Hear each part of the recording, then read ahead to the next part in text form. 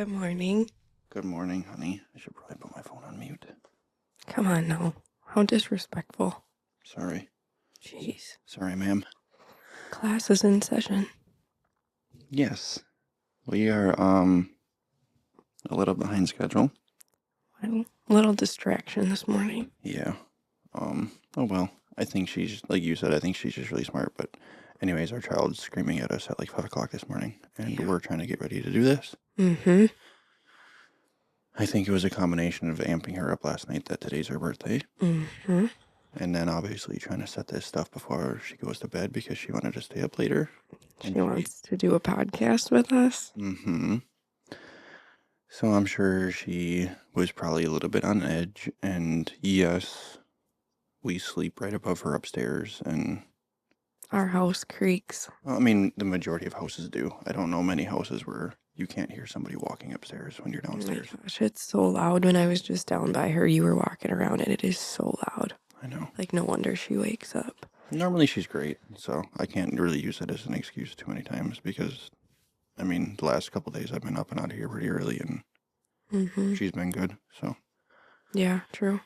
But yes, we have a 4-year-old. That's crazy. Mm-hmm. How did that happen? It's crazy how fast time flies.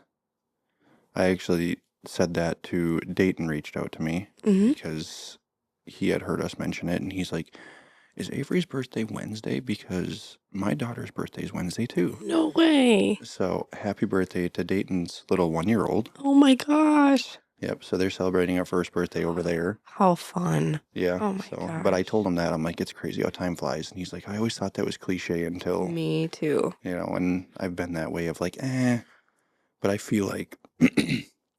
Excuse me. I feel like... very cliche because you kind of... Your perspective is so narrow early on in life. For the first 18 years of your life, it's just a consistent routine for 5 days a week. Get up, go to school, get up, go to school. You know, play sports, come home, just redo it. It's just your life's on repeat.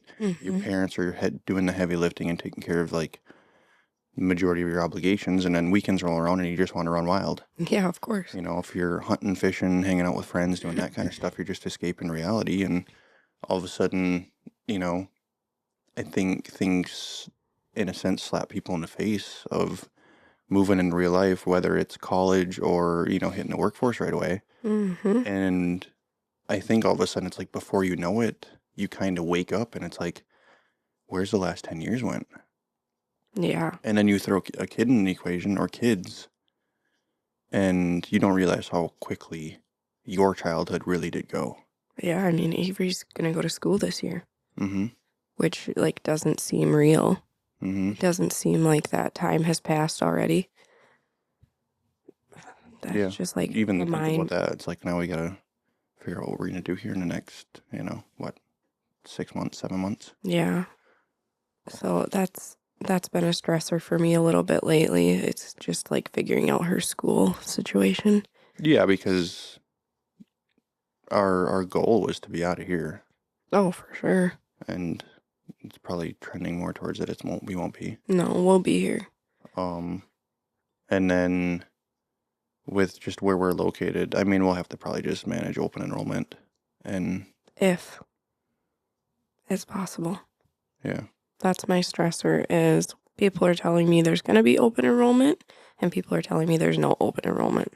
So I'm like, if there's no open enrollment, what am I doing? Driving 40 minutes in the other direction to bring her to Florence every morning? No, then we figure out some sort of, in a sense, homeschooling option. Homeschool.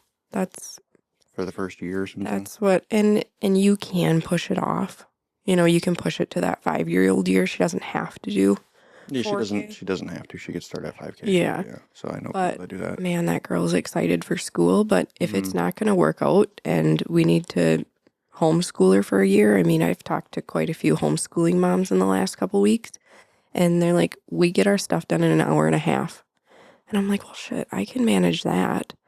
Because if I start my day at 11:30 in the morning, like I can do her schooling at 9, get her out of here by 10:30, see my first clients at 11:30, be done by 5. That's not that bad. I mean, like if I want to structure it that way.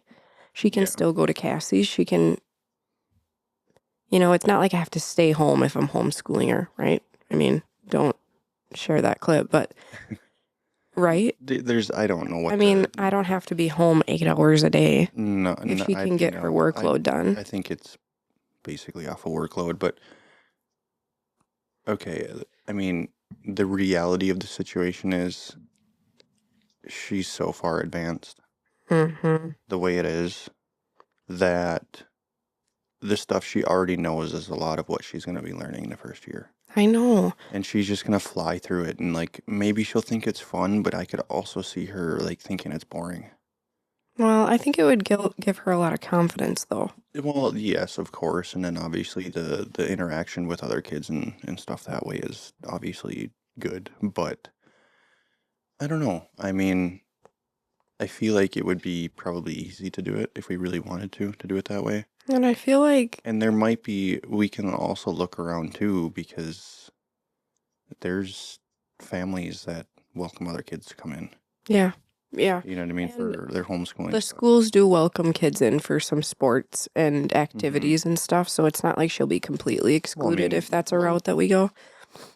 Well, look at like Justin Ashley. I mean, they got Easton at hockey, and he's playing at Michigan. Mm-hmm. He's playing out of an Iron River team when he goes to school in Leona, and that's obviously hockey. Like it's an outlier. Like Wisconsin, locally, you got Eagle River and Rylander are probably the closest ones for hockey, but that is, I think, school based. Yes, but they welcome kids in. Rhinelander, Eagle River, they both welcome Yeah, homeschool kids into their activities. Yeah, no, I know that.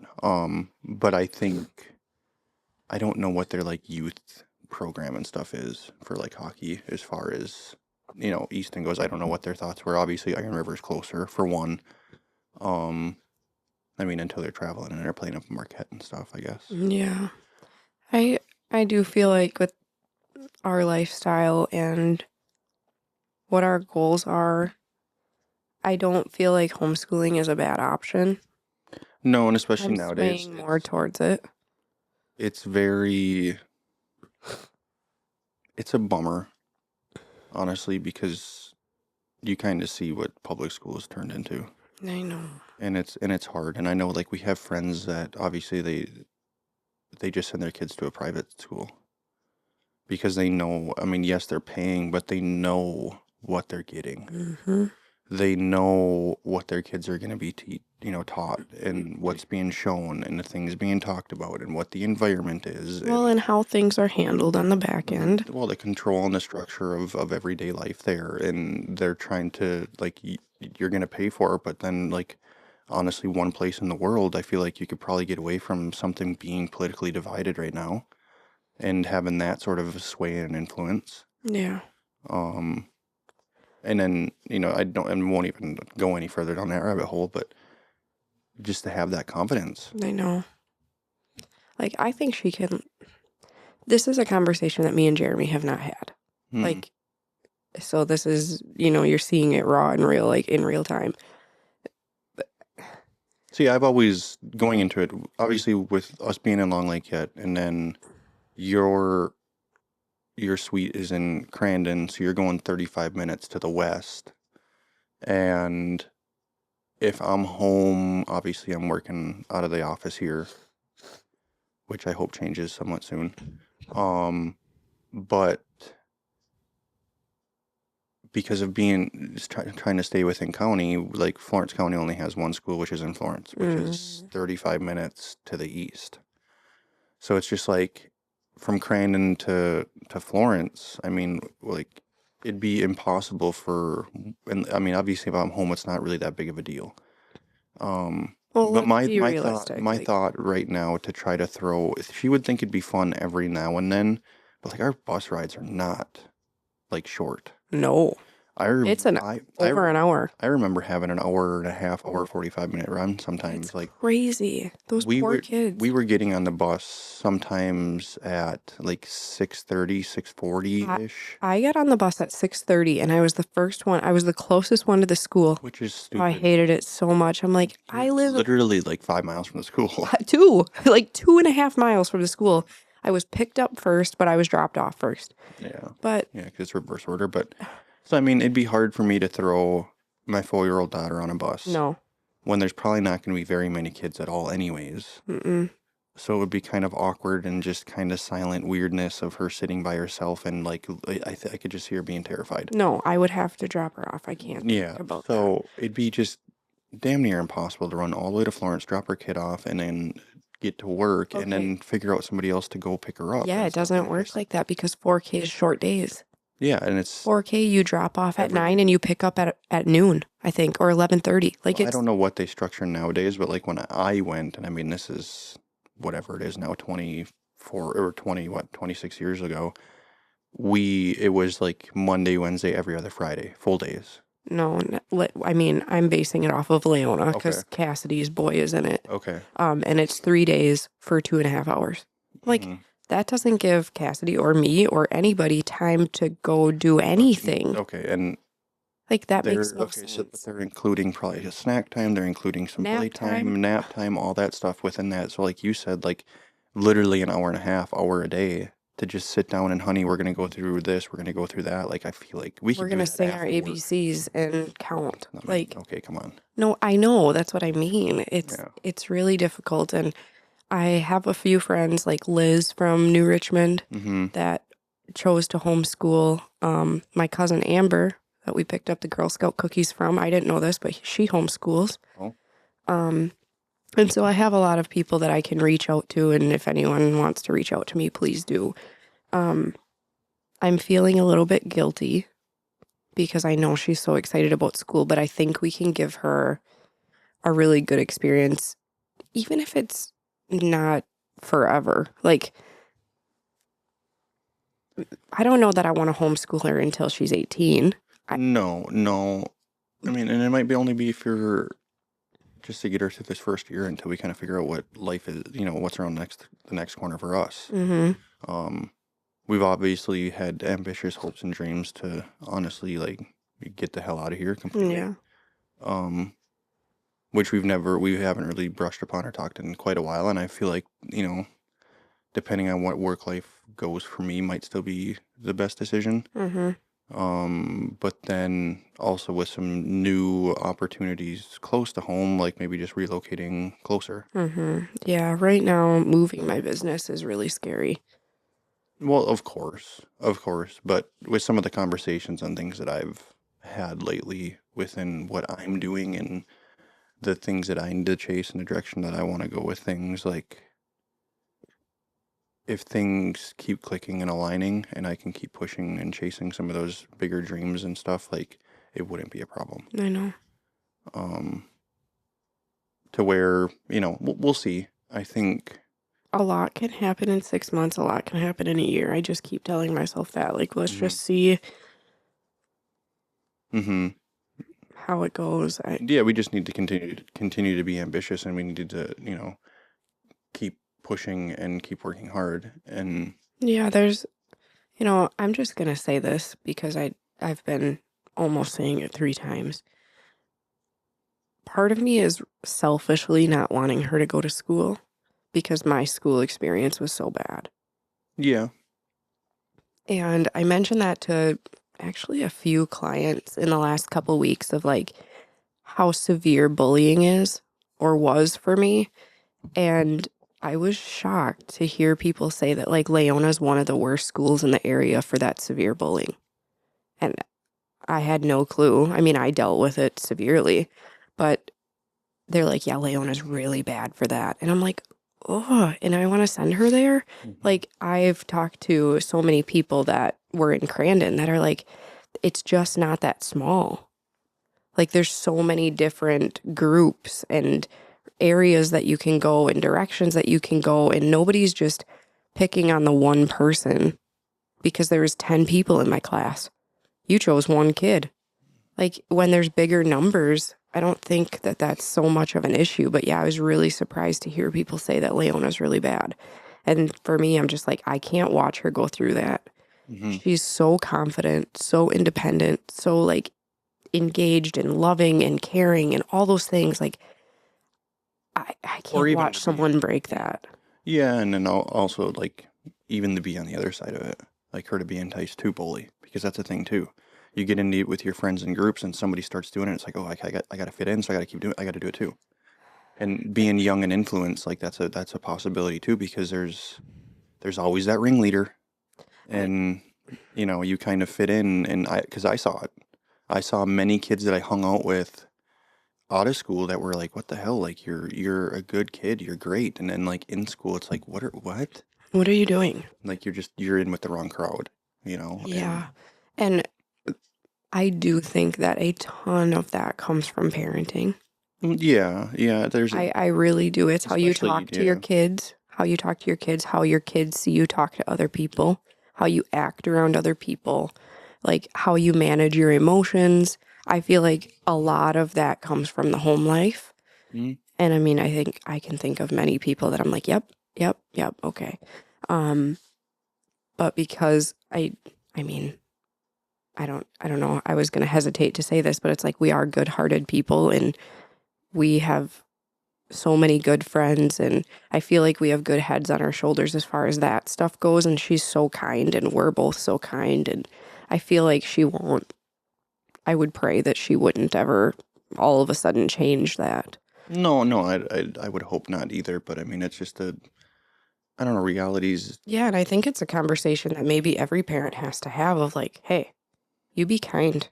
You be Yeah. nice to those kids, even Well, but even the good kids. it takes a special kind of person nowadays to do that. Mhm. Also, Mhm. I think just the way society is, and we see it locally, and you see it, everywhere, that parents willing to have those conversations Mhm. and to have those boundaries and those guidelines and those standards and like have some expectations for your children. Yes, but even to just eh, acknowledge the reality. Like there's so many people, parents, however you want to say it, that don't realize, I guess, how like angry or on edge they are all the time. Like some people are oblivious to, how they come across to other people. But just like being aware of how you're treating people is so important. Oh, there's a giant lack of self-awareness Yes, nowadays. yes, that's what I'm trying to say. Thank you. Just Um, and it again, it takes a very special person to have that self-accountability to look at yourself and be like, what do I need to get better at? What do I need to change? 29 Especially, years later for me. especially, especially when it comes to you start incorporating children into it, Mm-hmm. because now you're molding a little you. And I think there needs to be people need to look at themselves sometimes and be like, am I truly happy with who I am? And am I truly happy to have another person just like me in the world? And I think that's where like these quote unquote like generational curses and stuff happen is you're growing into a certain environment. And like we touched on it before, but like you unfortunately, like you don't pick your family. You don't pick the environment and stuff that you grow up in for a large portion of, your early life. And to be able to have the wherewithal and the self-awareness and stuff to understand what's right and wrong, because nowadays I think that's where people struggle is if you grow up in a toxic environment, like that's all you know. And you're sitting there thinking that this is what life is about, and then you just continue to do the same thing because that's all you know. And Of course. kids nowadays, I think, are starting to trend a little bit. Like I feel like the tide is shifting back into that little bit more of a blue collar, hardworking kind of Mm-hmm. an environment. Like I think we see that much more locally.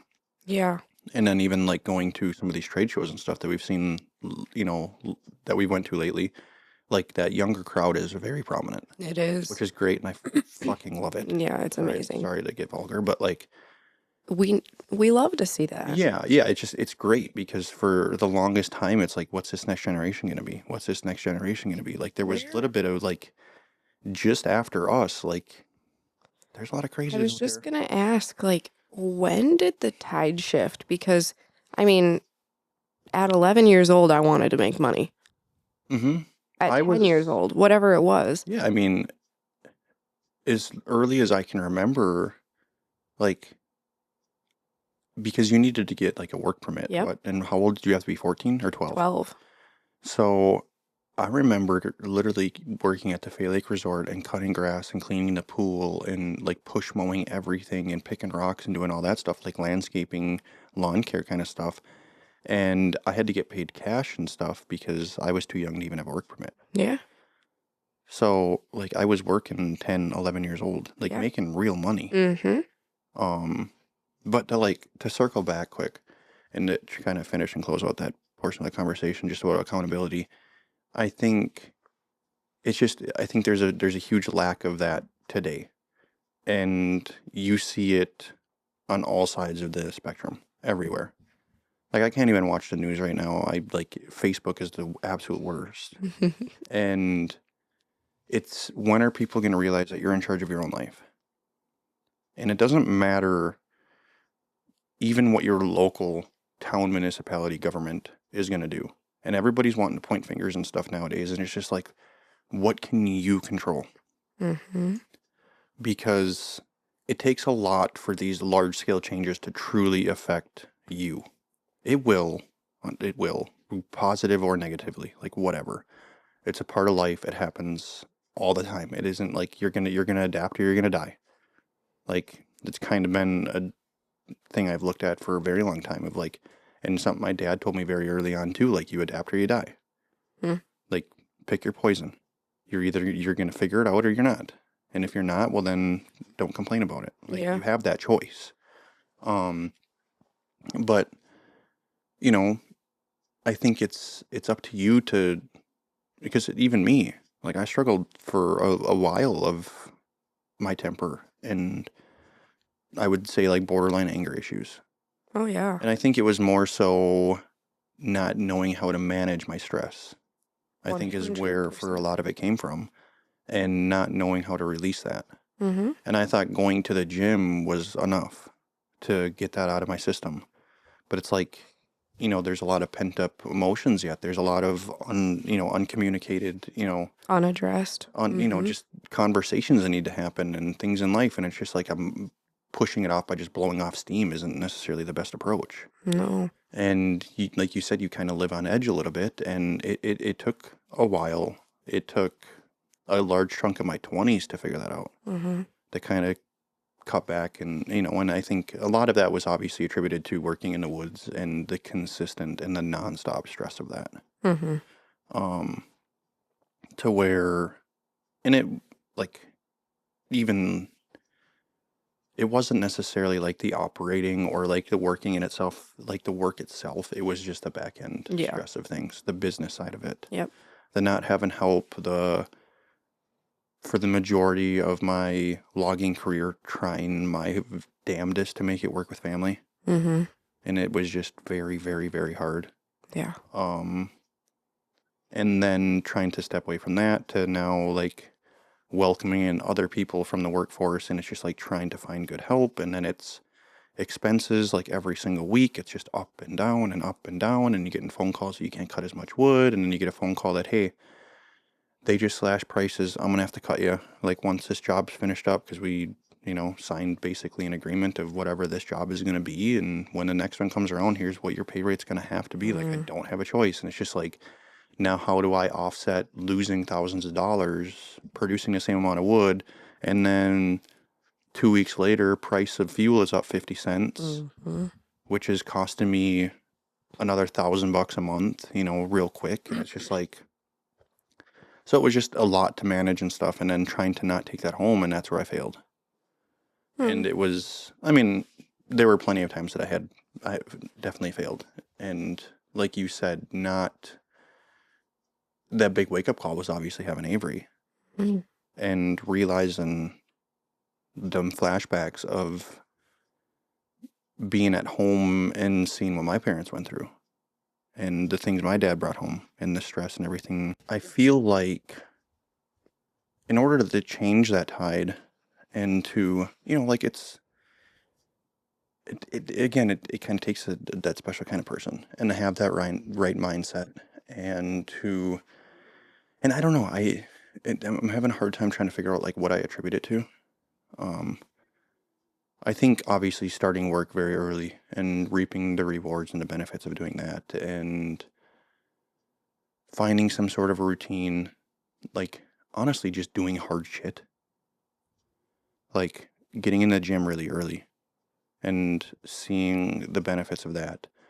Being out in the workforce, I mean, lawn care for as long as I could think of, and like making, I don't know what I was making, like $30 a day or something. Like it wasn't much. You know what I Mm-mm. mean? I think, what would I do? It was always weekends. Try to do it like mostly on it might have made like $150 every time I was out there and did it, but it was like a day and a half for like hard labor. And it's, I mean, heat of the summer, I'm push mowing everything Well, yeah, because 11, it's 12 all, years old. That's pretty good money, though. well, yeah, but that, and also what, 20 years ago, Mm-hmm. Right. probably really good money. Mm-hmm. Um, and then, because everything was lakeshore, and it was just kind of sketchy because I know people who would try to cut it with a riding mower and put it in the lake, Justin. Mm. That's a fun memory to have, putting a mower in the lake.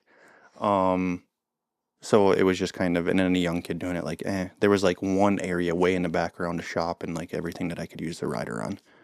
Uh, but then I mean, even little things of washing dishes and being a busboy to helping my dad out. I mean, literally in the garage, like he'd pay me, I don't know if it was $4 or $5 a chain Oh my to gosh. sharpen a chain.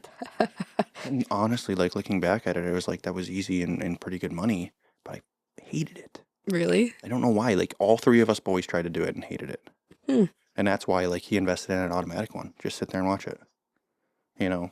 Um, but I don't know.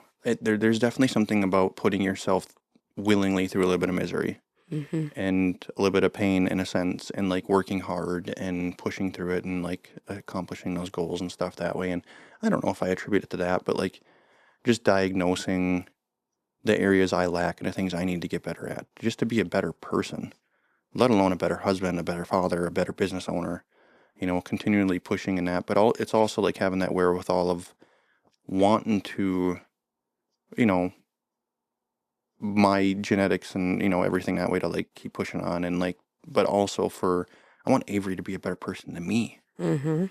I don't want her to be the same. Mm-mm. I don't want her to have my negative traits because she's going to have plenty of her own that she's going to have to work through at some point. Mm-hmm. Like if she can have the same mindset and wherewithal that I do, I know that she's going to get to a certain point in life and be like, I got things I got to work on. Mm-hmm. And I don't want them to be on top of the things that I'm giving her, Right. and I think that's where like it's just a compounding issue at times Yeah. where some of these kids just have so much school. If it's bullying, it's that way. Home It's life. Yeah. the home life. It's not having money because they don't know how to work or they don't work. Like they don't, you know what I mean? Like it's asking, I don't know how to ask for mom, but like, and then you see nowadays like that poverty areas and stricken that kind of stuff is like kids going to school with ratted up clothes and stuff. And it's like, Mm. and I want to obviously be able to provide the best life that I possibly can for Avery, like a better life than I lived, which is no shame or fault to admit at all. Like I feel No. like that's a giant goal that many parents have. Yeah. Um, but then to just set her up for success, that she can be in a position to do the same, hopefully do the same thing that we're trying to do one day Yeah. and pass it on to her kids, and then also like choose the right person to do life with again. I know. Because that's a giant thing. And who knows what that's going to be in 20 years.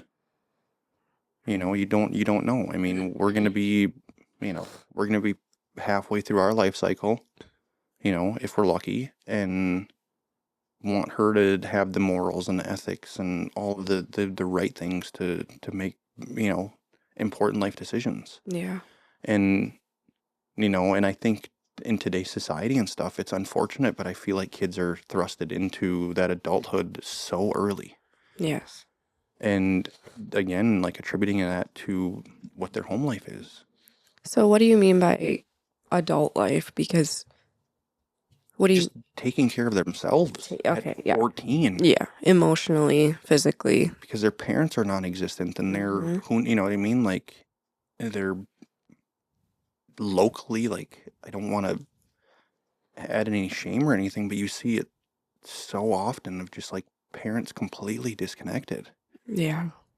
And then if they're on pills or they're down a bad path themselves and they can't get themselves out of it, then they're in and out of rehab and they're in and out of jail and stuff, and they have kids at home, and it's like, we see it a lot, and it Mm-hmm. sucks, and it's really hard, and like I have sympathy, but then I don't, and it's like, it's trying to, but then again, it's like just focusing on what you can control in like our lives, Yeah. and worrying, and it's not that we don't worry about our family, or we don't worry about our parents, or we don't worry about our cousins and our brothers and our Right. sisters and all that stuff too, but it's like everybody's an adult nowadays Yeah. in our I lives, can't worry about everybody. and I love my family to death, but like they're big boys. Like you can make decisions. You can Mm-hmm. change your life and do the things you want to do too. Yeah. And Same on my side. I'm focused on me, and it's no shame to you guys, but it's just like, Focus on what you can control. and I wish people just nowadays had that, because everybody's wanting to point fingers, and you see it everywhere right now with all the government stuff, and it's a change of administration and that, and it happens every single time. But it's like when are people gonna understand that you just got to take control of what you can control, and make the best of it. And if you have kids involved, like it should be your like God-given duty to do that. Yeah. So that's my little rant. Well, that was a good one because it's a never ending conversation, unfortunately. Mm-hmm. We can sit and talk about that for a long time and but I go back to your main point of like focus on what you can control and provide the best life that you can for them. Mm-hmm. I mean, there's that self acknowledgement piece is really, really tough for so many people. Mm-hmm. And it's something that I think we're continually getting better at. I mean, me and you are pretty self aware, and when we're not, we let each other know. Mm-hmm. Well, it's taken a lot for our relationship to evolve into that, And to hold, yeah, to be okay with that. because it always used to, it wasn't that way forever. No, no. I mean, it was, you know, we obviously I had to work a lot on how I approached those conversations and how I said things, but I mean, But also how I needed to be open to taking a conversation. yeah, for sure, which obviously might have added frustration into me too, but it was still like I should have understood that, and I should have been self-aware enough to realize your perspective just as much as you should have, as mine. Hey, I need to take fault on that because if I go into a conversation with a wall up, no matter how you say it, it's not going to be work. It's not going to work. Mm-hmm. Like I know that there were too many times that you would probably say something just fine.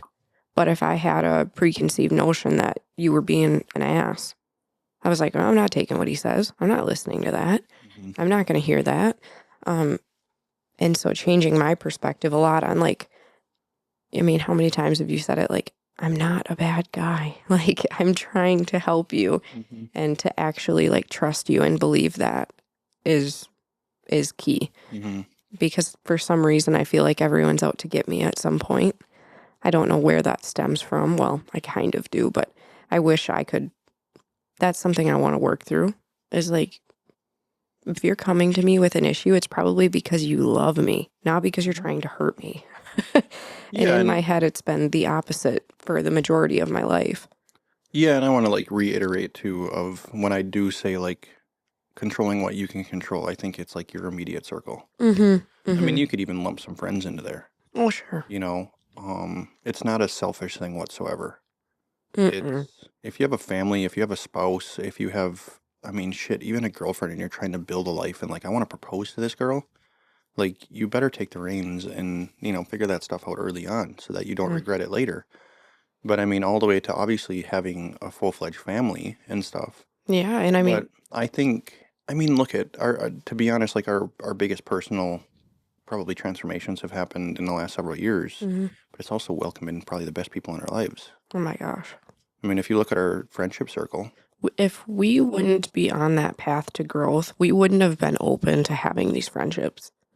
hmm Like we would have been closed off and closed minded and yeah, and I've always been centered and focused around that of being very growth oriented and pushing yeah. and stuff that way. But I was so focused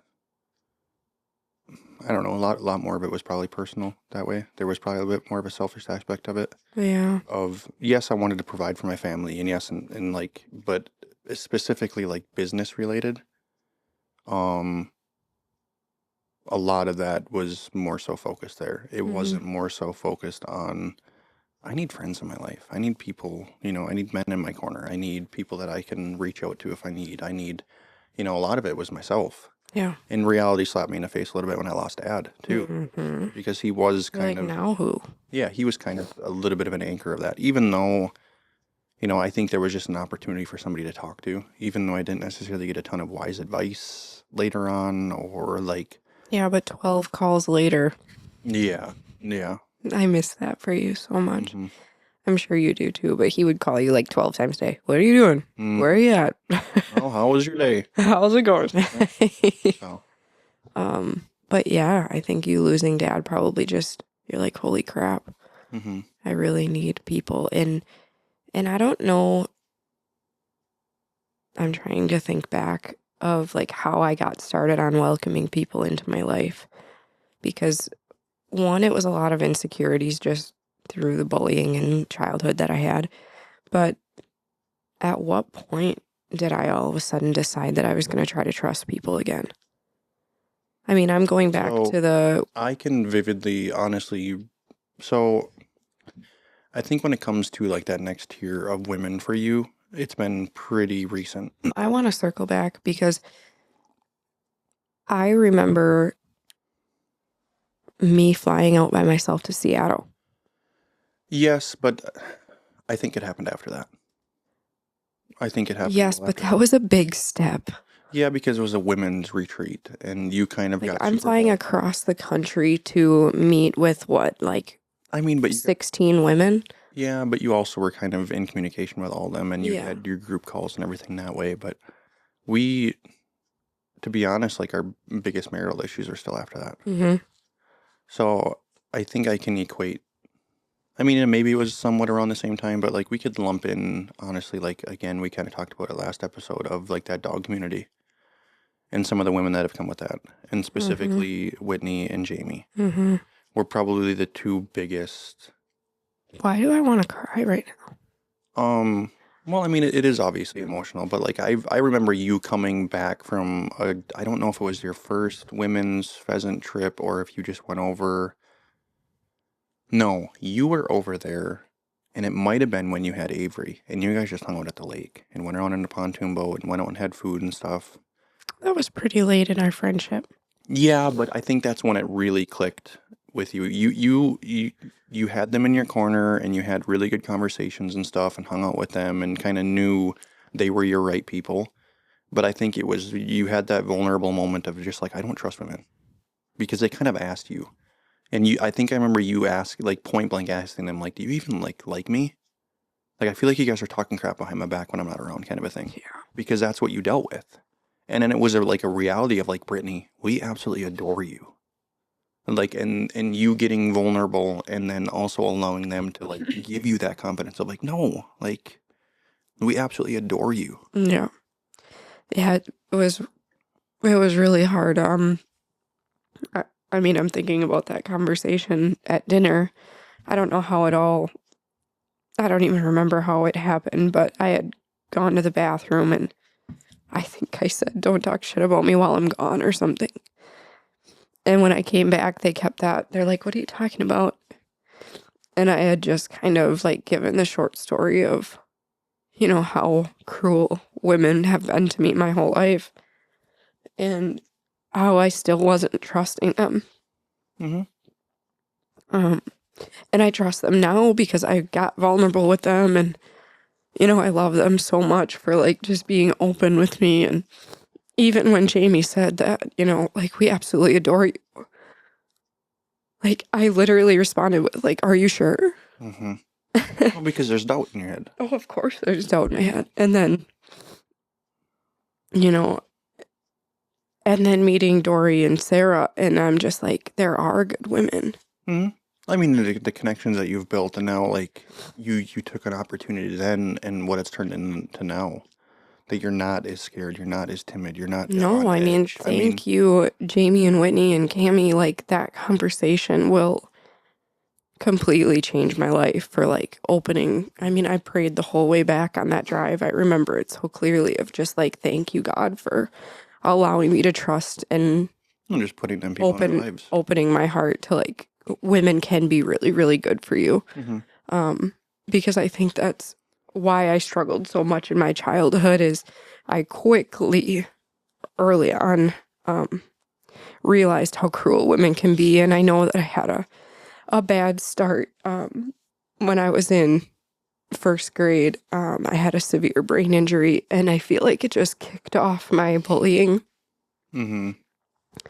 I mean, of course, insecurities flooded in because I'm in first grade with no hair and huge scars and all the things. But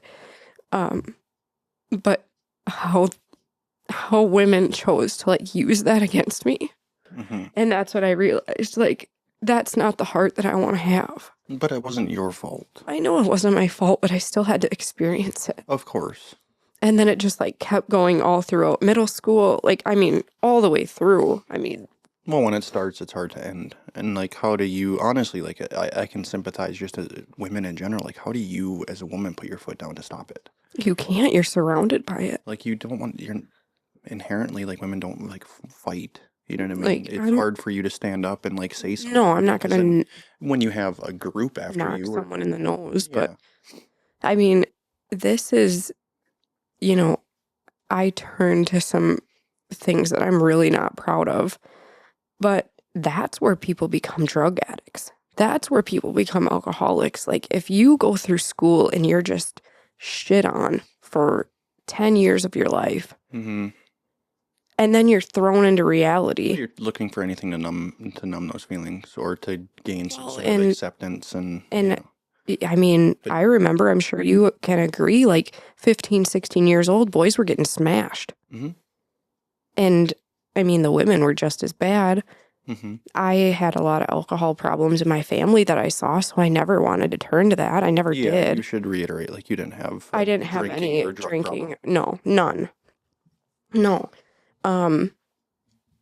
But just such a hard beginning to life, and that's what I'm so scared for Avery to experience. And like, I will not allow it. Like, I will pull her so fast because the first person, and I know it's going to happen like in little things throughout life, but the second someone breaks her character, like, we're out of here. Like, we can't, no one's going to break her character in the fishing boat. No one's going to break her character in the duck blind. Like, but to truly break down like her heart and her love for life, I cannot allow that. So I'm sorry for crying, but it's okay.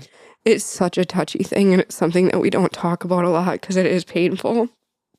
But huge shout out to Jamie and Whitney, because I think that they really just completely changed my mind and my heart to like friendships. Yeah, and the crazy thing there is like they're 4 or 5 hours away. It doesn't matter. No, I know. So that's like what I'm Cammie's in Pennsylvania. Yeah. I'll fly out there right now. So that's like and I mean, you even touched on it. You flew to Seattle to meet with a group of women. And, plowing out here. So yeah, for people who don't know, and we're in Wisconsin right now, we're easing in the spring, and we probably got at least 5 inches of snow on the ground out there. It is not done. And it's supposed to snow all damn day. So they're calling it, we're going to get the biggest snowstorm of the year. I didn't even like look yet. Oh my gosh. Yeah. I tried not to. Yeah, so the dogs are outside. Well, now they're saying like 16? Yeah, we could get up to 20. Oh my god. This is going to be the biggest snowstorm that we've had in probably 3 years. Okay. And it's going to be podcast. 50 degrees next week. So it's going to be just sloppy, nasty. Yep. Our lakes are going to be great to try to get onto. The woods is going to be garbage. But anyways, I appreciate your vulnerability. I hate it. No, you hate the emotions. I think you're starting to kind of embrace your vulnerability, and it's taken you time. Well, I think, I mean, you touched on it, but therapy's been a huge thing for you. And I think no one will understand. Like, well, some people might understand, but when you go through therapy for like personal true personal growth, acknowledging your problems, looking at every piece of the puzzle and how they impacted you, and Mm-hmm. now controlling what you can control and changing that. Like, once you find your soulmate therapist, you are set. Because just in the last year, it's helped me so much. But yeah, the vulnerability is so hard. What was I gonna say? Anyway, that's no problem. It was nothing big, but just something that I touched on last time that's so true. But yeah, just having friends in the corner is a new thing for me. Yeah, within the So last, I'm still, like, taking it serious and like that next level probably lasts like 3 years, honestly. yeah, I'm still figuring it out. It's just like anything in life. Our marriage is constantly evolving. Like friendships evolve too, and that's Yeah. okay. And I still feel like I'm bothering them, like I'm an inconvenience. Like I do have those feelings yet. Like even when I want to like think of something quick that I want to like send a message, I'm like, they're busy. yeah, so I kind of struggle with that too, and I think that's just kind of a guy thing. Of like, And oh, it's nothing big, like whatever. It's yeah, you know what I mean. Like, but Dori said to me the other day, she's like, Brittany, you can send me a message and I will get to it later. Like I want you to send that message. I'll respond to it after. It's okay. And I did that yesterday. I sent her like 4 text messages and I was like, shit, sorry. And she's like, no, I told you I'll get back to you after. It's been a busy day. She's like, every time I'd grab my phone, a fish would bite. And I'm like, oh, such a problem to have, Dori. So yeah, it's. yeah, so yeah. Sorry, I was gonna go off. You keep going. It's okay. We can wrap this up. But, we have our Snapchat group with Whitney, Jamie, and Cammie, and that thing is nonstop. They're the reason I have to do not disturb at work because it's nonstop most of the time. Once they get on like a rant, I'm just like, shit, I can't be involved in this. I'm sorry. Like, I'm working. I can't sit here. And Yeah, do you take 15 minutes after an appointment to try to catch up? yes. And you have a next one. And then it's like, well, now I don't want to really respond to all of it because they already had the conversation an hour and a half ago. And I'm just like out of the loop. So anyway, yeah, but just staying connected, and it's so important, the people that we have in our corner. And I always looked at it as such a bad thing because of the bad taste in my mouth and how things were. I was just like, you have how many friends? Come on. Like, guaranteed that's not real. Like, that's not real and raw. And like, I'm not throwing shade, but the people that have 16 girls standing up with them in their wedding, I'm like, I don't even like 3 people. How? You're telling me nobody in that 16 women group clashes somehow, somewhere? No, it could be extended family. It could be. I mean, Sure. there's a lot of reasons people stand in weddings nowadays. It's not necessarily like your closest of closest But people. yeah, I mean, I have my very few close friends. And, right now I would like to say that I'm good. But we're meeting so many cool people. Well, that's Every time we're doing these things, we're meeting more people. And I'm like, oh, I mean, how many times have I come home and been like, I want to be best friends with her? Yeah, and I think that's something I was going to touch on earlier is by having the right people in your corner at crucial times in your life recently has opened those doors and stuff to, I mean, again, like meeting Sarah and Jay and that whole crew with Dori and Jimmy and Taylor and Courtney and that whole women's group there. I mean, a lot of it was just social media, and obviously like meeting Dori, and then we go just on a whim, like, oh, let's go down and go fishing with them. Like, I'm proud of us for going and doing that because I loved it, every bit of it, and I would gladly do it again with many people, but also like first time like truly meeting them. Well, I guess we met them at that ice show. But I mean, you've been Snapchatting and stuff with them for a long time. And I mean, it even goes like to circle back to NWTF, like Jalen, same thing. Social media. And being personable there. And I know you guys like have talked a lot in the past and frequently still do, but like, Snapchat and voice calls and the whole nine. Oh, yeah. And picking brains of like she comes heavily from a deer background and you're more waterfowl and like you mincing that path and stuff. But I mean, it's you do need the right people in your corners, and you know, and again, like just good people, surrounding yourself with good people, and the people that we've welcomed into our lives outside of that. Yeah, and I And think it seems like everybody, all the women that you have also have a phenomenal man behind them. true. You know, which is a huge deal. I mean, like Jimmy's a top tier guy, and If Jay's an you have awesome a dude. broken And marriage, it's hard to connect with other people. like Nate is the fucking man, Yeah. and you know, Josh is awesome. Yeah. He's just such a busy guy, and I try to hang out with him and do stuff. And He's a busy man. he's just a hard guy to track I'm just going to show up at his house and say, hello. Yeah. Hello, Josh. If I knew where his Arkansas duck camp was, I would have Shown up. done that. Yeah. But yeah, it's you know, there's just finding those people, and you know, you can build your little community wherever they need to be. Yeah. And take the time when you have it. Like, we're going to go to Dell's this weekend, and then the following weekend, I think you're leaving to go over by him. I don't know if it's that weekend or the following. Okay. Well, whatever. But, like, it's been a while since you've hung out with them, and you probably should. Yeah. I mean, I would love to get over there, and even if we just do a farm hunt or something. I know. Some pheasants or Jamie said she wants to kill birds with us. I don't know how long Nate's gone, though. Is he down in Missouri for a while? Helping out down there? Okay. Yeah, he's Chef Nate at the Stewart Ranch. No, the Pheasant Ranch. Pheasant Ranch. Sorry. Yeah. Sorry. I didn't know if I saw that he was down there on a hunt. I didn't know if he was. Oh, well, good for him. Great. Yeah. Josh did a big thing on their Instagram that Chef Nate was Well, I saw that, cooking up some stuff. but I didn't know if that's because Jamie was there too, wasn't she? Mm-mm. Oh, I thought they went down to hunt, and then because he was in, he was cooking. I know he hunted. She's home. Okay. I mean, yeah. So I mean, like the Vikings. Anyway, I lost could right be away. wrong, So, but and obviously with football, they're well into the off season, so there's probably not much to do at the facility. yeah.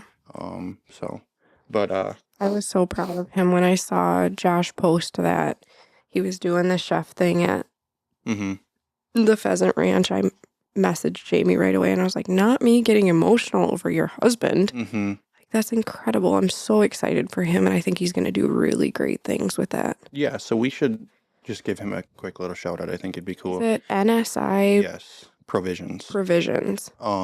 So Nate and Jamie Inhofe have become good friends of ours. We do not see them nearly enough, and we need to do more, but they live just outside of the cities and with where we're at. So, I mean, they're a solid 4.5 hours from us. But Nate is originally from Hayward, and like small world kind of, I mean, went to school, and I think he's a little bit older. So I think Jay's a little bit more familiar with Nate than Sarah is, but this is just kind of a weird coincidence. But then Jamie's originally from South Dakota. She's a big pheasant gal. And they love their upland. They have some cool little dogs. Water spaniels. They're not Boykins, okay? Jamie's like so happy right now. Yep. And they're badass little dogs. They kick ass in the pheasant field. Fun to watch. They are the coolest dogs, and I truly believe that they have like one of the best noses. They're incredible. No, they're great. Winnie outworked every lab on our last pheasant trip. Just incredible to see her. Yep. And they've but we've kind of again come with that whole retriever roadmap community. And we've hung out quite a few times. We went to Stewart Ranch together with them, Josh and Whitney, Cammie and Dan. We went to a game farm and stuff with them. I've done a lot with them. Went out to dinner a few times. Like, we went and had that really nice dinner. Where were we? I have no idea. I don't remember Jamie found it. That little town, but that was great. Like, we just went with Jamie, Nate, and Josh and Whit, and just a couple's kind of a night out, and it was so nice. We need to do that again. Just to talk life and just have fun and just be friends and enjoy each other. Yeah. But then Nate is a chef for the Minnesota Vikings, which is pretty damn cool. It is really cool. He is so good. He just started up which it sounds like it's been a long time in the talks and trying to, again, it's just like with us doing something like this, or like me, my new business, or your last business, like you just need to go for it. You just need to do it, and whatever, just Work through fine it. tune it, learn from it, and everything. And he's gonna kill it. Oh my gosh. Because the little bit of food that I mean, he catered our big dinner for Strike Force last year, and it was so good. Yeah, like everything we've had from him. Yeah, and a few times that we've had food from him and stuff. The pheasant chili. Remember that at a strike team? Yeah.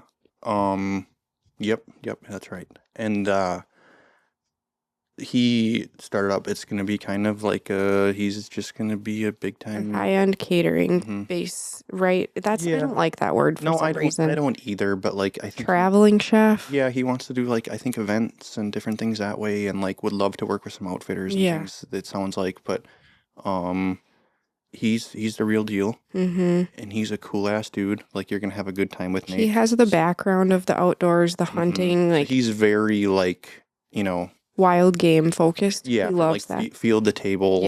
From whatever they say for like fish and stuff. So he knows his stuff. He's really good at it. So we went to Stewart Ranch for an outfitter trip, and they had incredible corn chowder. Everyone was just like dying over this soup. It was so good. And he went home and recreated it to taste. Are you kidding me? Like Jamie's like, it's so much better. It's like dead on. But yeah, he's so talented. Yeah. So anybody like close to the cities and stuff that want to have some badass food. Yeah. Like, look him up. Events. He started a page, and I know he's starting to push some stuff out there of some of the things that he's cooking and recipes and stuff that way. And, but yeah, it's so fun to watch your friends like succeed, go on new ventures and push themselves and change and evolve. Like, there's nothing more special than that, and like so supportive of those two for sure. It's fun to see your friends succeeding. It's so important.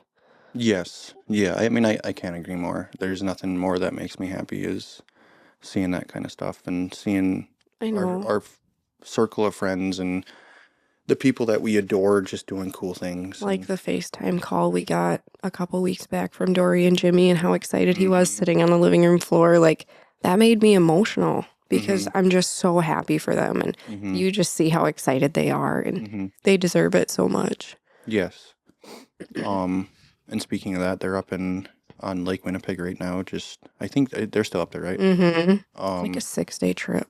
Oh, okay. Well, nice. But yeah, they're hammering on the walleye right now. And greenbacks. Super cool. Such a unique looking fish, and I know with the limestone in the water, it gives them a different coloration, which is super cool. But it is really cool. Big fish, really nice. Very, very popular. A lot of people up there fishing, it seems. I mean, a huge group of people that we know. Yeah. Sorry. I thought I turned. It doesn't matter. Sorry. Excuse me. On that note, does anyone say excuse me? Or am I the only one that says excuse me? You sound like our child. It's fine. Excuse me. I said it to a random stranger in the store the other day, and I was like, maybe I should pronounce that a little bit better. Whatever. Whatever. It's fine. Yeah. But yes, that was, I can appreciate that conversation because I know you've been wanting to get a little bit more personal. You got like an eyelash on your nose. Other side. There you go. And like my intention was to kind of go in this and be like, Brittany, you need to talk. And we just kind of naturally got there, which is great because I want people to start to get to know us a little bit better. And not that we need to get like super personable or anything, but I don't know, there's trying to... I would like to keep on it for a second if I can add to it. I think that's why the outdoors means so much to me, and I promise this will make sense in a second, but growing up with all of that and finding my appreciation for women. So I don't know if it's appropriate or not, I don't mean to cut you off, but because you just briefly touched on it, but you had a pretty traumatic brain injury when you were a child. Yeah. Should we touch on it? If you don't want to go into detail, but I'm fine with going into detail. It really derailed your life for a couple years. Oh, yeah. Like, they didn't know if you were even going to make it. Like, you're No. very, very, very, very, very, very fortunate and lucky to be alive. Yes, I have an angel trophy that says Miracle Child on it because they thought I was no longer. Yes, I mean, So I don't know. Let's kind of go back. We can keep going into more depth if we want to, but when I was 7, traumatic brain injury, my mother was mowing the lawn and a rock, I would always say like the size of like a cutie orange, shot out of the lawnmower and into my brain, left frontal lobe. So, my mom was mowing the lawn and asked me to pick up toys, as I'm sure every mom does. And I was going around picking things up and the balls and the scooters and all the things. And when I bent over to pick something up is when I got hit. So long story short, life flighted to Marshfield. I was in a coma for weeks. When they got me there, the rock was still in. So that's what saved my life. If that rock would have come out, I would have, bled out or whatever the case may be. But got to Marshfield, took care of that. My mom and dad, I have such a heartbreak for them for what they went through. They were prepared that with the portion of my brain that was hit, that I would have lost all of my memory. So they were prepared to explain who they were. They were prepared to, talk to me like I was meeting them for the first time. I'll jump forward to their surprise. I woke up and knew who they were, which was like the first miracle of the entire thing. I use this term with respect and lightly, but I was not a vegetable, which is what they expected. They kind of thought that whole portion of my brain was going to leave me stranded in a wheelchair forever. But I woke up and knew everyone and was able to move everything, and I was in rough shape, but I was there. And so the journey started. I remember having to learn, this is one thing that sticks out to me, so I'm going to say it. I should probably make this more generalized, but one thing that really stuck out to me was when I woke up, I had huge balloons above my bed. All the Winnie the Pooh hearts, whatever they were, huge helium balloons. And I wanted to bring them down to me so I could see them and touch them and play with them. And my brain and my hands weren't connected. And that's just like the best way to say it is I knew I wanted to grab the string, but nothing was working. It was like I wasn't paralyzed because I could move everything, but like the wires weren't connected for like my brain to tell my hand to move up and grab it and pull it down, and just stuff like that. Just crazy. And I remember needing to sit up for the first time and needing to stand again for the first time and learning to walk again. And it was a big, long process. So this happened when you were 7.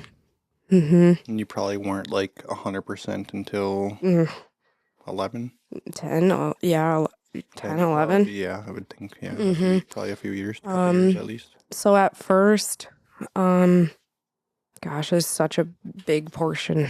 You don't have to, that gives people a general idea. Yeah. To kind of maybe circle back to. But once I started to connect the wires again, it's like my brain picked up very quickly. Started to fire on. Yeah. So it wasn't 3 years of me trying to learn how to walk. It was once I figured things out, it came right back. So very thankful for that the brain is a phenomenal thing. And I, to this day, don't have that portion of it, and I'm doing just fine. So I think I have this insecurity that I'm a little slow and no one ever tells me. She's a little off, guys. If you haven't noticed. Every once in a while, I'm like, you fuckers would tell me if I was off, wouldn't you? You have a good excuse. If my dad was here, he'd be like, oh, I don't know. But yeah, anyway, so traumatic brain injury. I don't know how we got. So you were going to touch on why you feel like you fell in love with the outdoors so much. Oh, yeah. Just, having the brain injury and then the bullying and the rough start to life and all of that. I think I finally found like where I'm meant to be, and it's in the outdoors. It truly doesn't matter if I'm in the fishing boat or by the river after work or in the duck blind, like anywhere in the outdoors, I feel so at peace. Mm-hmm. And I'm sure other people can understand the feeling, but there's nothing like it. And I feel like that's where I really found where I'm meant to be in life and my quote unquote calling, because it makes so much sense for me to be in the outdoors and hunt and fish and do all of that stuff. Like all of my worries go away. And I truly, I promise this is related. I, what? You always like, what did I do? You just like gotta like, I don't know. You always like reiterate like, don't worry, this is related. Like I know. you do think you're stupid all the time. I know I It's do. just like, no. I'm like, I promise this is related. Bear with me for a second. So, shoot, now I forgot what I was gonna say. Sorry. It's okay. I found it. Your brain works. It does. Look at that. It fired. So I've been seeing a lot of horse stuff lately. I would like to just like retouch on that super fast. I promise I won't stay into it, but before we had Avery, I was pretty into the barrel racing thing and was taking the horse thing pretty serious. It was taking up every single weekend of my life and every day after work and all of my pennies. And I loved it. But when I got pregnant, I felt this like calling to just get out. Like, I need to take a break, is what I said. I'm gonna get out of this for a little bit, focus on being a mama, focus on my marriage, and I'll get back into it. But that's really, I don't know that that's my reality anymore. So I could see a point in time within our lives again of maybe having some horses in the backyard. Sure. But I think to kind of just continue on with what you were saying, I feel like if you would have stuck that path out, that you wouldn't have the people you have in your life now. No, I wouldn't be the person I am today. I wouldn't have had the growth that I've had. Because that horse community is drastically different. You want to talk about bullying? Not even that, but it's just that's a big part. When it comes to barrel racing, it's just you, yourself, and that horse. Oh, sure. So even like, it's, yes, you kind of cheer people on and you kind of met some friends and stuff there, but it's also like a lot of unfortunately, in at this lower level and stuff, when people are trying to take it serious and you're just at these little fun shows and that, like, there's a lot of selfishness. There's a lot of, I'm better than you and look at my horse. Yeah, no. It just, it was hard to see that kind of stuff. And I was just like, yeah, women are nasty. Like, it just reiterated like what I had experienced my whole life. And what I'm trying to say is I'm really thankful that I got out of it, because I think it's opened up so much more opportunity for the outdoor space, the fishing, and the friendships that I've created. And sure, I love horses. I love them. I will have them at some point in my life, like you said, but I've found what I'm meant to do and like what I love to do, and they will just be in an addition to that. They're not going to be like the sole purpose of my life like I thought they were going to be. No, I mean, it's just like, you know, we touched on it last episode of just the idea of kind of trusting God in a sense. Yeah, he's and pushing me. Even though it didn't make sense, like, I need horses and horses are supposed to be a part of my life, and like something told you to take a break, and you know, there's a reason that they're not back in your life right now.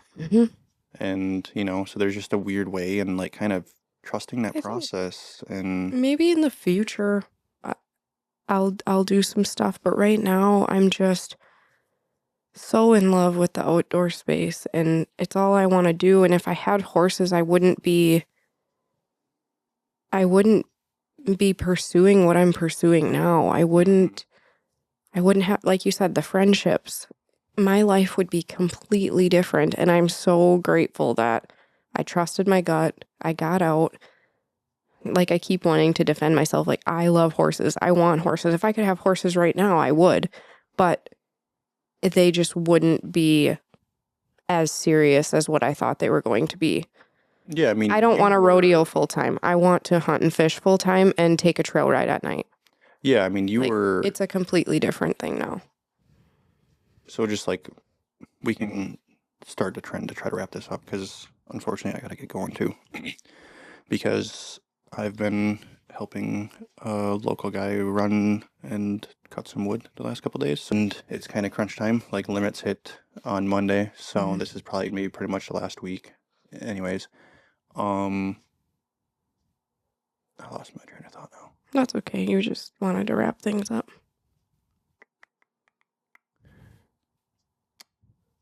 Yeah, I don't remember what I was gonna say. I like derailed myself. It happens sometimes. I do the same thing.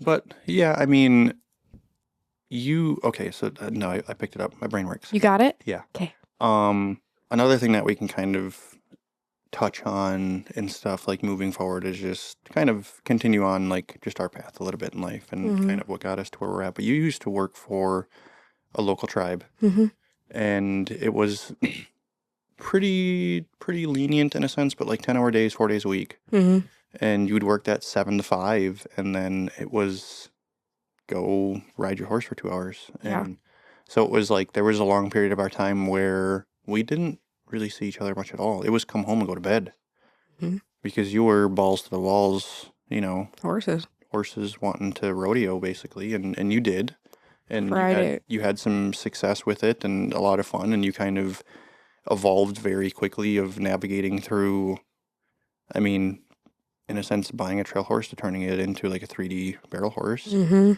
then selling that off for a 1D caliber horse, which unfortunately within the horse community, you kind of got screwed over. And that was a money pit, and then eventually landed on getting yourself a little filly and finishing that out, and was going really well, and then that's when we got pregnant. Yep. But it was... That's a badass little horse now. Damn near 7 days a week. I mean, you were never home. No. And then when Fridays rolled around, it was usually load up the trailer and away you went for a weekend. Oh yeah, Friday mornings, Friday early afternoons, I was out of there. And it really evolved to the time we had together. Like we took a little bit of extra time during duck season, but we really weren't as hard into it as we are now. No, I barely fished. There were many, many times I remember duck hunting by myself and you were gone barrel racing. Like the bufflehead that's on the wall, like I was hunting with Oakley by myself and you were in Winona. Yeah. So it's definitely evolved to allow us to kind of level up in some of our passions that we definitely share together. And yeah, I always knew, I mean, that I've always loved the hunting and the fishing, but I had pressure to ride every day. Let's be real. Yeah. Yeah. If you want to get to that next level, you got to, and that's with anything. And I get it. I understand. Okay. It was hard at the time, but I think you can probably appreciate it now of like, you see these people that are, at the top of the game and they're running the NFR every single year and they're in the running every single year. Like they are every day. They're riding every single day, all day long, multiple horses. They're rodeoing. Cleaning stalls till 1 a.m. every night. Yeah. Whatever it is. I mean, literally, there's people that rodeo all year long. They go where the weather allows. And they're on the road, and they're probably lucky to be home for 2 months a year. I don't think that I knew what my goals were at that point. And you got yourself into a group of really talented riders and people who've done really well for themselves within the space. And I think there was just that not necessarily pressure, but there was just like that motivation to just push and to get to that next level. And then when you're kind of under a wing of a professional, barrel racer, she's giving you the advice of what got her there. Yeah. And you need to be all in. And how to get there. And if you want to be at my level, you better be all in or not at all. Yeah. It was one or the other. Yeah. Pick your poison. And if you're not here every single day, then you're... Why are you even doing it? Yeah. So. But like I said, I mean, I enjoyed doing it all, but the horses came first. And if whatever the situation was, if I had the opportunity to go fishing, I would. But now it's just, Yeah, it was normally, but the reasons you went fishing or hunting is because that you had an excuse to not ride. yeah, It was too hot, yep, or the weather was shitty. It was, you know what I mean? So like yeah, you had an excuse to not be with your horse. yeah, Oh, there's no barrel race this weekend, so yep. you know it was always centered around that. Yeah, I'm really thankful that I was kind of pushed out of that for a season. Yeah, Because because it honestly it was my life is I'm so thankful for the life that we live right now. it it got honestly like looking back at it too, like I'm for myself like fortunate that I stuck it out with you because Thanks. it was well no it just was hard for me Oh, yeah. because I remember like a lot of our early disagreements in spat were a lot of it was financial because you were literally dumping every penny into it. Literally, yeah. It was taking everything That's what I and then saw. never seeing you and then obviously seeing the financial hardship of it and it's not something you were making money at. No, If you did, like yeah, you got your entry fees you back. paid for your day. Yeah. Yeah, you paid for your gas and your day and stuff, but like you were just recouping costs and so it was just tough and then like I mean remember multiple times that I was paying for vet bills and you Mm-hmm. know helped out with a trailer and you were using my truck and like you know I obviously went often you know I went to the races and stuff with you but you know it does take a special kind of someone Mm-hmm. and looking back at it like the life that I you know was living it obviously allowed for it because I was doing well in the woods at the time um but I mean I think again the stars kind of aligning of you getting out of that and then getting into lashes and then it kind of like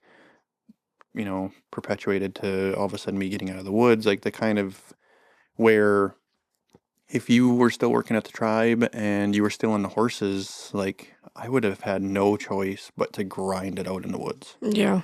I wouldn't have had a choice No. because of the lifestyle that we were living and the things that we had and like the financial obligations like there was a lot of pressure to make a good chunk of money Yeah. and you know we don't necessarily have that as much nowadays No. which is great Yeah. so trying to live a little bit of an easier lifestyle but a much more fulfilling one. Yeah. And I feel like lashes have just allowed me to take it more serious because I'm like, wait, I actually have time to go fishing this morning. I Mm-hmm. actually have time to fish after work. Mm-hmm. Mm-hmm. You know, well, this week I had Monday off. I'm going to go fishing. Yep. So I'm just really thankful that we changed paths a little bit. And like we said, we'll maybe get back into it in a smaller degree, but Mm-hmm. I'm really happy with where our life is headed and where we're at right now. Mm-hmm. Which is good. Because I mean, I know a couple of years ago, like you were all about like that's the reason why I'm struggling. That's the reason why I'm struggling. I don't have horses in my life, and so I mean, it's again appreciating the journey that you're on a little bit. Well, And how I feel casting a rod or shooting ducks is similar to how I felt on the back of a horse. Like the peace that it did bring, and now horses brought stress because of the situation that I was in, of course. But well, even without that situation, there's nonstop stress with horses because yeah, you show up and it's cut its leg, and you got uh, oh, constant he's lame again. Yeah, constant vet bills, and yeah, yeah. You got a lame horse. Okay, now you need to figure out why. And yeah. what do I need to do? And then you're putting shoes on every month, and Oh yeah, there is so much stress with it. mhm. Um, but yeah, I think we're getting cut off. Let's wrap it up. Yeah. Um, we'll just wrap it up with the main cam. But that is gonna do it for episode 10. Episode 10, an hour and 20. Yeah, with a lot of camera hiccups. I need to just get. I'm gonna have to spend the money and just get a video switcher that'll just record and use everything as like a webcam because the cameras I have are pretty new and very nice, but they hit a record limit. So every 29 and a half minutes, they turn off. So it's pause and reset. And then it kind of derails us a little bit. Yeah. And then again, we just lost a camera and batteries and everything. And That's all right. the joys of this. You'll have your work cut out for you editing this one. Oh, I always do. So, like I told you, it's actually getting to be a little bit of a drag because sometimes it can take like an entire day Ugh, to crazy. just go through it, and I'm matching 3 cameras to the audio, and some of them aren't completely perfect, and trying to move things around. And Well, thank you anyways, for doing it. I appreciate you. it looks good. It's worth it. It will be worth it. Yes. We just got to make it easier on you. Yeah, For sure. I'm going to take over some stuff. I'm going to do some cover photos so that. Wow, that's just additional. That's something Well, additional that you want to do. Trying to be nice. I want it to look nice. Yes. So, yeah, let's wrap it up. I have to get to my part-time job. Okay. But yeah, thank you for being vulnerable. Had a little bit of an emotional stint there, but it was good, and I love you. I love you too. I appreciate it. I think some people will appreciate it and understand. And yeah, life's not easy and all sunshine and rainbows. No. So it's what you make of it, and trying to keep pushing and Onward and upward. Just keep swimming. Yes. Okay. Alrighty. Until next time. Episode 10. Do all of the things. Do it all. Smash that like button. Oh yeah. Subscribe. Follow. Leave a review, please, people. That would be so cool. I would love to see some reviews. I know that can be a big thing on I love the DMs, but like actually creating a review on whatever platform you're using would be so helpful. Yeah, so I've been told that it helps a lot on the audio platforms. Okay. With iTunes and Spotify and stuff. Okay. Just engage. I think we're going to continue to kind of get a little bit more vulnerable and dive into this kind of stuff. And we're kind of in between seasons of what we're doing for hunting and fishing. And, we don't mind talking life, and we're pretty driven and motivated people on that. But, toss us a question if there's anything that you want us to touch on, or get a perspective and opinion or something. Yeah, I think we should do that soon. That Victoria with She Goes Beyond just did that. She posted like what questions do you want me to answer? And I think that might be a really fun episode. Yeah, and we could even just leave it kind of open-ended out there like that. And then every episode we could take like 10, 15 minutes and so-and-so asked a question. What do you think? Yeah. So, I don't know. It's evolving. It's going to continue to grow and do the whole thing. Yeah, I'm excited. Anyways. Until next time. Until next time. Okay. I love you. I love you.